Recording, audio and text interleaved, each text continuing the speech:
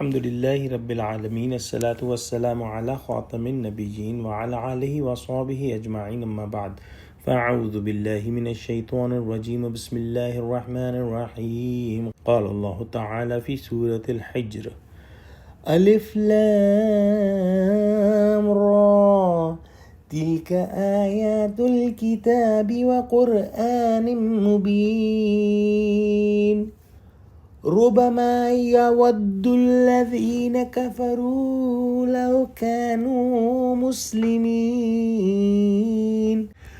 ذرهم يأكلوا ويتمتعوا ويلههم الأمل فسوف يعلمون۔ ترجمہ: الف لام را یہ خدا کی کتاب اور قرآن روشن کی آیتیں ہیں۔ کسی وقت کافر لوگ آرزو کریں گے کہ اے کاش وہ مسلمان ہوتے۔ اے محمد ان کو ان کے حال پر رہنے دو کہ کھا لیں اور فائدے اٹھا لیں، اور طول عمل ان کو دنیا میں مشغول کیے رہے۔ عن قریب ان کو اس کا انجام معلوم ہو جائے گا۔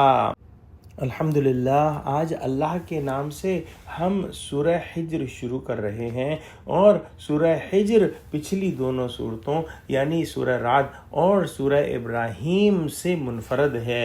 اس کے اندر ایک بنیادی فرق ہم یہ دیکھیں گے کہ پچھلی دونوں صورتوں کی بنسبت آیتیں چھوٹی اور ردم یا فلو جو ہے وہ نہایت تیز ہے، جس کو علماء کرام صوتی آہنگ یا غنائیت بھی کہتے ہیں، یہاں پر بہت واضح نظر آئے گی، اور یہ انداز مکی دور کی شروع کی صورتوں میں عام ہے، جبکہ مدنی دور کی صورتوں میں ہم دیکھتے ہیں کہ آیتیں جو ہیں وہ نسبتاً طویل ہیں۔ اس صورت کی ابتدا حروف مقطعات سے ہوئی، جس کے بارے میں ذکر ہوا تھا کہ ان کا مطلب اللہ اور اس کے رسول کے سوا کوئی نہیں جانتا۔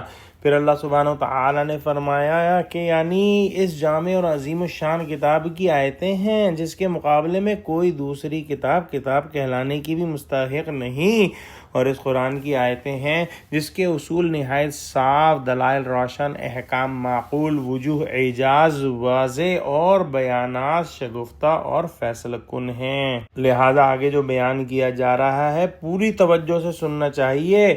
آج منکرین نے قرآن و اسلام جیسی عظیم الشان نعمت الہیہ کی قدر نہیں کی، لیکن ایسا وقت آنے والا ہے جب یہ لوگ اپنی محرومی پر ماتم کریں گے اور دستے حسرت مل کر کہیں گے کہ کاش ہم مسلمان ہوتے۔ یہ وقت کب آئے گا اس کے بارے میں اختلاف ہے۔ کچھ علماء نے فرمایا کہ یہ دنیا میں ہی آتا ہے، جیسا کہ مسلمانوں کو جب بھی فتوحات ہوئیں کافروں نے سوچا ہوگا کہ کاش وہ بھی مسلمان ہوتے، اور جیسا کہ غزوہ بدر کے موقع پر کفار نے مسلمانوں کی طرف کھلا ہوا غلبہ اور تائید غیبی دیکھ کر اپنے دلوں میں محسوس کیا کہ جس اسلام نے فقراء مہاجرین اور اوس و خزرج کے کاشتکاروں کو اونچی ناک والے قریشی سرداروں پر غالب کیا، افسوس ہم اس دولت سے محروم رہے۔ اور اسی طرح جب بھی اسلامی فتوحات ہوئی ہوں گی اور کافر زیر ہوئے ہوں گے، ان کے دل میں یہ خیال آیا ہوگا، واللہ عالم۔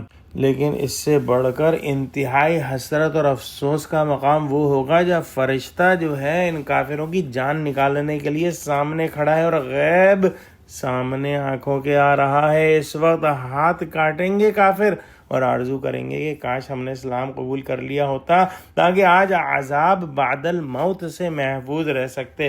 اس سے بھی بڑھ کر یاس انگیز اور حسرت والا نظارہ وہ ہوگا جو کہ طبرانی کی حدیث میں ہے۔ نبی کریم صلی اللہ علیہ وآلہ وسلم نے فرمایا کہ میری امت کے بہت سے آدمی اپنے گناہوں کی بدولت جہنم میں جائیں گے، اور جب تک خدا چاہے گا وہاں رہیں گے۔ بعد میں مشرکین ان پر طعنہ کریں گے کہ تمہارے ایمان و توحید نے تم کو کیا فائدہ دیا، تم بھی آج ہماری طرح دوزخ میں ہو۔ اس پر اللہ سبحانہ وتعالی کسی بھی موحد کو جہنم میں نہیں چھوڑے گا۔ یہ فرما کر نبی کریم صلی اللہ علیہ وآلہ وسلم نے یہ آیت پڑھی، ربما یود الذین کفروا لو کانوا مسلمین۔ گویا یہ آخری موقع ہوگا جب کفار اپنے مسلمان ہونے کی تمنا کریں گے۔